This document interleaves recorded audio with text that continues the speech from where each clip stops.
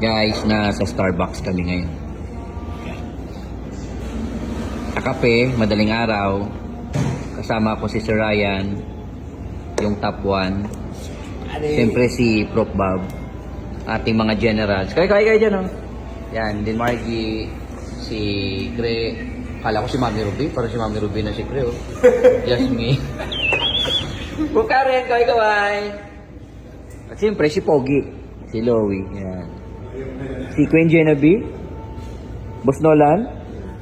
Siyempre, my honey, my love, so sweet. De, ano maganda kasi tanungin natin ng mga to. Ano kaya sila nagsimulang humataw dito sa negosyo natin? Naging successful sila dito. Siguro unahin natin si Top 1. Paano ba nag-join si Top 1? Nalala mo, Brad? Paano ka nga napa-join ni Boss Nolan? Dahil sa ano? Makulit siya. Makulit ng... Nung time na yan, nung in-invite ako ni Nolan, ayaw ko talaga ng networking kasi siyempre, negative talaga ako sa networking kasi nakapanood ko sa mga balita, scam yung mga ganyan. Pero ako rin yung tao na ayaw ko kinukulit, na pabalik-balik sa Nolan sa barracks ko, sa kwarto namin. Kaya nag-decide ako na mag-join sa networking. Di ba yun yung araw-araw niya piniplay yung presentation sa TV niyo? Piniplay niya yung CD na about networking. So, pinaparinig niya sa amin lagi. Linalakasan niya bulyong. So, yung good news doon kasi nung may isang nag-join doon, so lahat kami doon sa barracks, napasali niya lahat. So, Sino nauna doon? Si Jerry? si Jerry yata. Jerry. Tapos Jojo. Sila huli na. Una? Sila Jojo, no? Una sila sa akin, no? Una sila sa akin. Ako una. Ikaw talaga nauna? Tapos sila, ako talaga yung una napasali doon. Tapos sila Jerry, sila Jojo. Tapos, yun na. Nag-full time na ako agad sa networking. Ilan tayo sa hub dati? Lalala mo? 8? 8, ano? 8 tayo nag-start. So, grabe. Anong oras ka natutulog noon? Nung bumabakbak tayo? Simula? Minsan, Mag-build. naabot alas 10, 9. Isang umaga, no? Tapos gising din ng 11. Sumasama ako sa iyo, kuha ng pera. Ako yung ano mo dati, bodyguard. Taga-picture. Tatlo tayo ni Busulan, di ba? Siyempre nakakatuwa kasi dati na akala ko parang napaka-imposible na mangyari yung gito, yung magkaroon ka ng sasakyan. Ngayon, papuan ka na sa company. Hindi ko yan na-imagine dati kasi dati gumagawa tayo ng dream world. Gutom na gutom ka, wala kang pera. Pero di ba ngayon, so ano lang pa talaga. Dapat magtiwala ka lang sa sarili. Siyempre, unang-una, magtiwala ka sa upline mo na sabayan mo yung upline mo kasi yan din yung magdudala sa iyo patungo sa pangarap. Yan yung top 1 natin. Siyempre, yung ampo ng Louis. Sila? Joke lang. Wala. Okay. Pogi, oh. Si Ryan, pag nakaganyan, no, malayo, kamukha yung kapatid niya, eh. No, parang lang kambal. Ang pangalan ng kapatid niya? Si James, oh. Parang si James. Sir, paano ka na involved sa networking? Ako, ang nangyari kasi, gwardiya ako. Meron din akong barracks. Parang, Paras pala tayo sa gwardiya. Parang, meron kaming tinatawag na tulog-tulog, palitan ng kabady ko. Ngayon, tutulog ako sa taas. Yung upline niya, pumunta doon sa post namin, si Richard Chavez. Ngayon, ang ingay nila doon, sobrang ingay. Hindi ako makatulog. Kaya sa inis ko, binaba ko na lang sila. Pagbaba ko, pagtingin ko, naririnig ko, mayaman daw, yayaman. Eh ako naman kasi, syempre, laking hirap din. Talagang alam ko rin, ranas ko rin paano maging maghirap. Eh nung sinabi na yayaman, parang biglang nag-isip ako na sabi ko, parang gusto ko rin yumaman. Kaya yun. Nung pinakinggan ko, nung una bilog-bilog, di ko maintindihan. Sabi ko, hindi ko maintindihan, sabi ko. Ngayon, ang ginawa, dinala ko sa office. Pagdating sa office, doon ko naintindihan na ganoon pala yung business. Eh, syempre, may pangarap din ako. Gusto ko rin yumaman. Laki rin ako sa hirap. drinag ko yung opportunity. Kaya doon ako nag-start.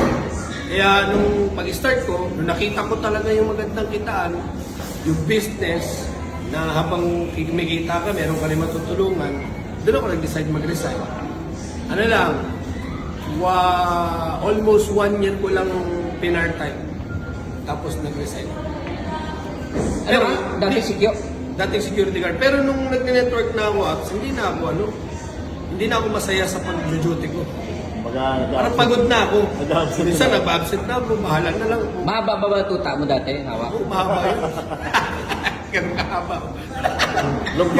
Yung wood stick.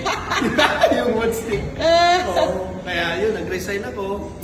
Na ano rin ako sa commander namin kasi commander ko pinag-iinitan na ako kaya resign na lang ako. May purpose pala yun. May purpose. Eh, nag-resign ako, dun lumaki yung grupo. At syempre, bilang isang nag-network din. Kasi kayo talaga yung nauna sir boss sa online marketing, di ba? Nung naka-attend ako ng online training ni Boss Ani, yung online training mo boss, Saan kayo ka nag-attend? El Pueblo. Sa akin ka nag-attend? Oo, matend ako, di ba? Macdo, El Pueblo. Sa Macdo, El Pueblo. Hindi ka Genevieve. Hindi, sa'yo yun, boss. Sa akin. Pag natin ko sa'yo, sabi ko ba, ang ganda pala nito kasi kahit nasa bahay ka lang, pwede mong gawin. Kasi ako flyer ako before bago ako mag-transform sa akin. Kaya nung napakinggan ko yon, lahat ng turo, inadapt ko na, inaccept ko na, at in-apply ko. Doon ako lumaki yung grupo. Talagang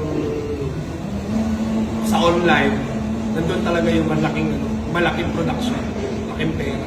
Malaking binago sa buhay. Ay, syempre, binago rin ako kasi syempre, sabi ko nga sa'yo, napakatigas din ang ulo ko before, pero ganoon talaga, pagka nag-network ka, umawak ka ng malaking grupo, magbabago ka talaga. Talagang go ka talaga. Masaya ako kasi, mga magulang ko, dating negative, mama ko, papa ko, negative sila. Ngayon, positive na. Pag may encoding, Lalo pa sige. baka naman. Ganun, positive lang.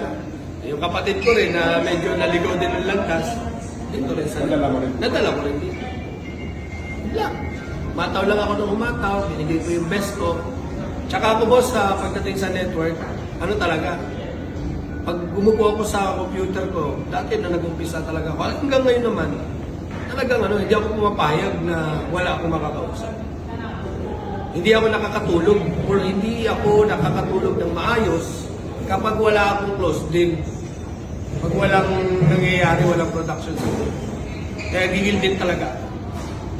Ngayon, syempre, as training director din ng company, doon lahat, natutunan ko lahat sa pag-net. Gawin mo lang talagang masaya. Enjoy mo lang pero. Ako lagi ang masaya, di ba? Sir Bob, ano masasabi? Ito, si Sir Bob. Ay, diyan pala. Ito, maganda rin kwento nito eh. Gwapo to. Maganda rin kwento nito. Paano naging positive to networking? Hindi, naging positive, tapos naging negative. Naging positive ulit. Kwento mo nga. Kwento mo nangyari. Ayun, morning. Nag-invite sa akin kasi yung kapatid ko si Abjas. Ayun siya. Doon, likod. Ayun sila. Ayun, negative kasi talaga ako nung start. Then, ayoko rin kasi ng wala man akong background sa pagninegosyo kasi. Kaya, nung in-invite na ako, may idea pero hindi ko talaga seryoso. Pero nag-join. Nag-join ako noon pero hindi ko tinanabaho. Kasi yung nangyari, yung kapatid kong isa, may network. Ibang company. Ibang company. Kaya doon kami kasi, yun ang kasama ko sa hobby. Si Abjas kasi separate na bahay ito eh. Kaya itsong pera siya. Pero nag-join ako sa kanya dahil magkapatid kami. Pero nung time na yun, ang ginawa namin, nag-networking kami nila. Kita niya kami flyers. Pero hindi namin ginagawa yung sa kanya. Kasi nga, separate na bahay siya. Pero sa awa ng Diyos, nagsara yung networking namin. Nagsara yung hub namin. Kaya nung time na yun, nakita kami ni Abjas at doon ko naiintindihan ng negosyo. Doon ko naka-attend ako, doon ko na mas naiintindihan na maganda pa rin. Kasi, pwede ba ikwento na yung yung una kong ginawa na networking, nakita ko yung top earner doon, 8 years, naka Toyota Vios, Tapos, Lapsani, Lapjen, nakita ko, nakamasda. Ang 8 years, Toyota Vios nilabas. Dito, 1 year lang, no? 1 year lang may Mazda na. Kaya sabi ko, pinagkumpara ko, ay dito ako. Doon ako nabaliw na sabi ko, kung nagawa nila, kasi magkakilala kami Lapsani, sa aming school eh.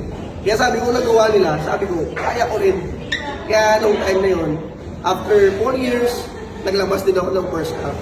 Eh sabi ko nga kung may nauna, may susunod talaga. Tama. Malay mo, may nauna kami, malay mo, ikaw ang susunod.